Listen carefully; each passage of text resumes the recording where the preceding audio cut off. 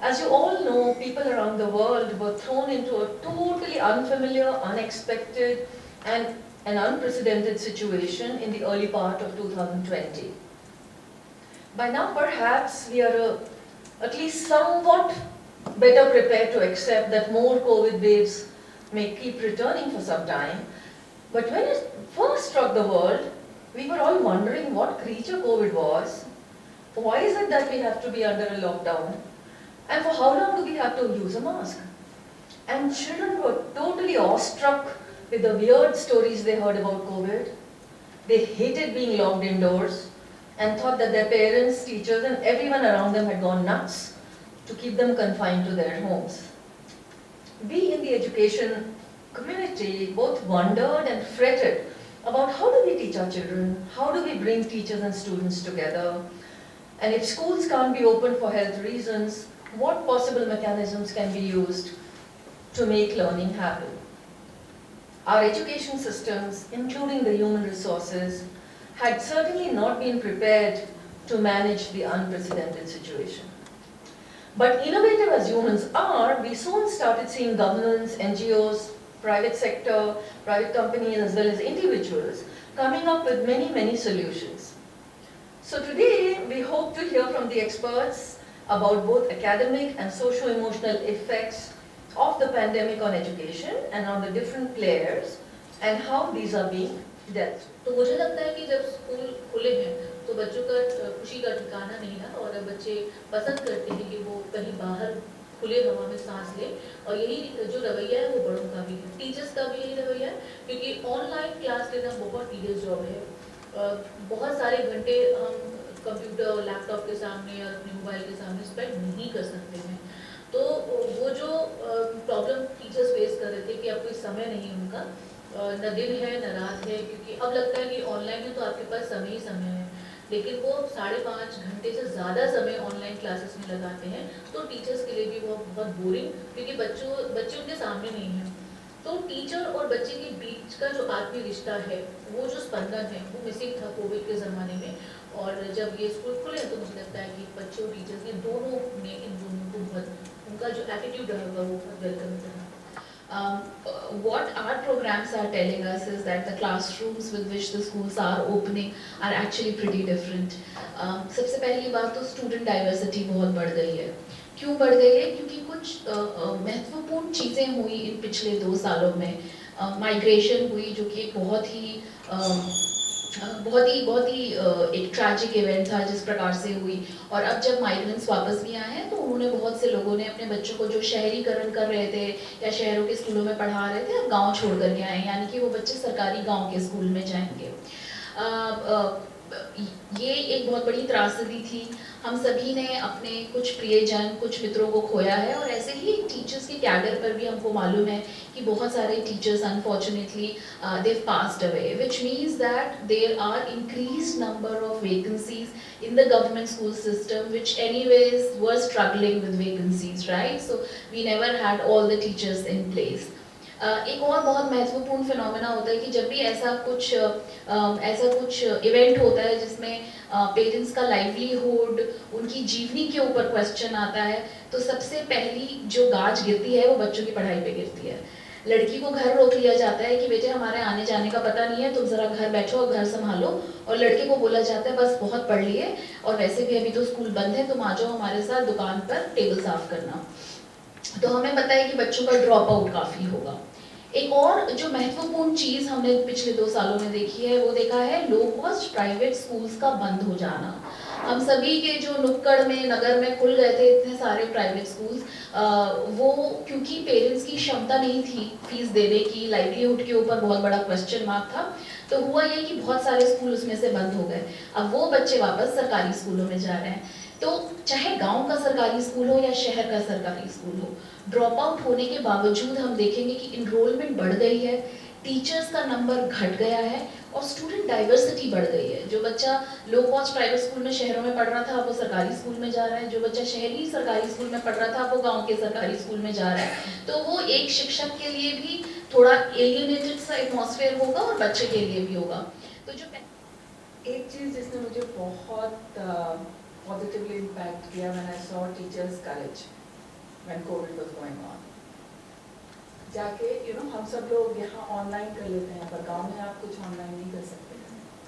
तो टीचर्स जो है अपने घरों से निकल के उस टाइम पे भी पेड़ों के नीचे ओपन स्पेस में यहाँ के बच्चों को पढ़ाया है, उनको उनकी बुक्स दी है, मिड डे मील का ट्रेन डिस्ट्रीब्यूट किया है। सो आई बिलीव इस कोविड के टाइम में टीचर्स ने जो किया है इट्स एब्सोल्युटली अनबिलीवेबल। तो ये बात मैं कभी भी नहीं भूल सकती हूँ कि किस तरह से teachers rose up to the challenge of COVID. मैं ये नहीं कहूँगी कि 100%, पर मैं सच्ची मानती हूँ कि 70 से 80% टीचर्स ने क्रिएटिविटी यूज़ की है। जो उनके रिसोर्सेज थे, जितनी मेहनत लगी उन्होंने वो यूज़ किया। अगर मेरे सारे बच्चों के पास फ़ोन नहीं है, मैं गाँव चली गई हूँ, पेड़ के नीचे लगा दिया इसको, राइट। तो वो ही टीचर को फ्रीडम ऑफ क्रिएटिविटी देना, उनको इनकरेज करना कि यू नो अपने बच्चों को आप जानती हो, अपने सब्जेक्ट को आप जानती हो, we have trained you as a user. Similarly कहीं पे पेरेंट्स का रोल कायम रखना। मेरे स्कूल्स में 70% पेरेंट्स जो है इलिटरेट हैं, पर पेरेंट्स एक बहुत इंपॉर्टेंट रोल प्ले कर सकता है। और थर्ड, टेक्नोलॉजी। अभी थोड़ा हम ऐसा देख रहे हैं कि लोगों ने ना कोविड और टेक्नोलॉजी को लिंक कर लिया है। शिका जी भी यही कह रही थी कि कोविड आएगा फिर से टेक्नोलॉजी में जाएंगे, तो वो जो थोड़ा नेगेटिव कॉन्नोटेशन है ना कोविड का, वो टेक्नोलॉजी पे हमें रहने नहीं देना, क्योंकि टेक्नोलॉजी हमारी साथी आज की भी है। तो जब कोविड आया तो हमसे कहा गया कि ऑनलाइन आप बच्चों को कहानियाँ सुनाइए, ऑनलाइन बच्चों का सेशन कीजिए। सो मेरे लिए सबसे बड़ी एक विडंबना ये थी कि when I started telling stories I would tell detach from technology, let's talk about human connect, let's talk about face-to-face warmth that a story can give। फिर जब कोविड आया, आइए टेक्नोलॉजी के पास आइए, स्क्रीन के सामने बैठिए और कहानी सुनिए। तो हम सोशल इमोशनल इश्यूज की बात करें तो कहानियाँ बांधती हैं और रिफ्लेक्ट करने का मौका देती हैं। अगर आप मधु जी इजाज़त दें, एक छोटी सी कहानी मैं अगर बता दूं कि जब हम इमोशंस की बात करते हैं तो ये कहानी बहुत ही अच्छी कहानी है। ये कोरी डॉफेल्ड की एक पिक्चर बुक है, बच्चों की कहानी है। तो उसमें there's a boy, his name is Taylor, he has a box and the box has many blocks। So एक दिन वो बच्चा उन ब्लॉक्स से अपना एक कासल बनाता है। he is very happy, very proud कि मैंने एक कासल बनाया। तभी कहीं से कौवों का झुंड आता है, हवा आती है और कासल धाराशायी होकर ब्लॉक बाय ब्लॉक जमीन पर आ जाता है। he is sad, उदास है, गार्डन में अकेला बैठा है कि सबसे पहले उसके पास एक मुर्गा आता है। लेट्स टॉक, बात करने से ठीक लगेगा। Taylor does not respond. थोड़ी देर के बाद एक भालू आता है। भालू कहता है, अरे तुम्हें गुस्सा आ रहा होगा, let's shout and let's get our anger out। Taylor does not respond. थोड़ी देर के बाद हाथी आता है। हाथी कहता है कि शुरू से शुरू करते, बताओ क्या क्या हुआ था, let's remember each and every step.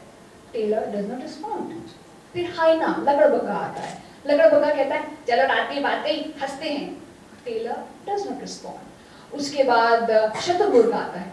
शतुर्मुर्ग कहता है कि चलो मिट्टी में सर घुसा लेते हैं, भूल जाते हैं कि कुछ हुआ ही नहीं। Taylor does not respond. फिर आता है कैंगरू, चलो उठाकर फेंक दो एक एक ब्लॉक को। टेलर फिर भी कुछ नहीं कहता है। एक सांप आता है। सांप कहता है, हमारे साथ ऐसा हुआ है तो आप किसी और का काम बिगाड़े, दिल को शांति मिलेगी। टेलर कुछ नहीं कहता है।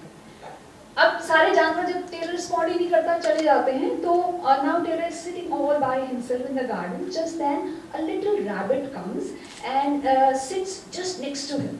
अब टेलर को उसकी पीठ महसूस हो रही है, मुलायम सी, और टेलर को बड़ा अच्छा लग रहा है। रैबिट कुछ बोल नहीं रहा है।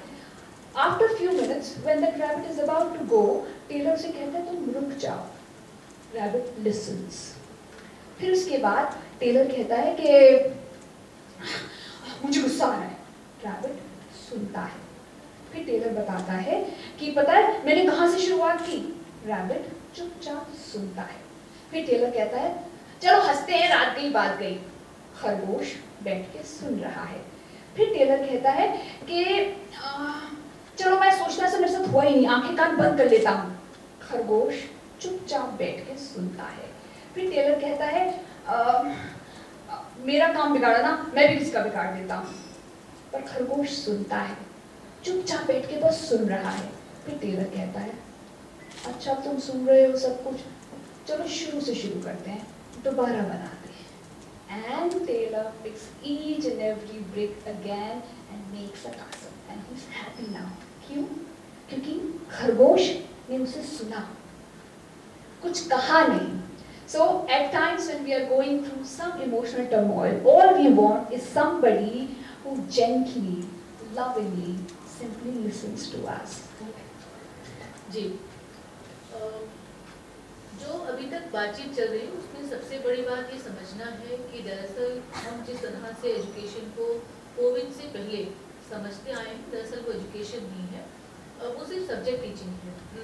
कोविड के समय अब समझ में आने लगा है कि असल में शिक्षा क्या है, और अगर हमने इस असल शिक्षा को पहले से ही समझ लिया होता तो आज हम जितनी दिक्कतें फेस कर रहे हैं वो हमारे लिए प्रॉब्लम चैलेंजेस नहीं होते, क्योंकि हमने बच्चे को कभी बच्चा समझा ही नहीं, उसके बचपन को कभी बचपन समझा ही नहीं। हमें लगा कि वो सिर्फ मार्क्स लेने वाला एक ऐसा रोबोट है कि आप मैथ्स में भी फर्स्ट आ जाओ और लैंग्वेज में भी फर्स्ट आ जाओ, जबकि हमें पता है कि फर्स्ट 1-2 लोग ही बच्चे आ सकते हैं।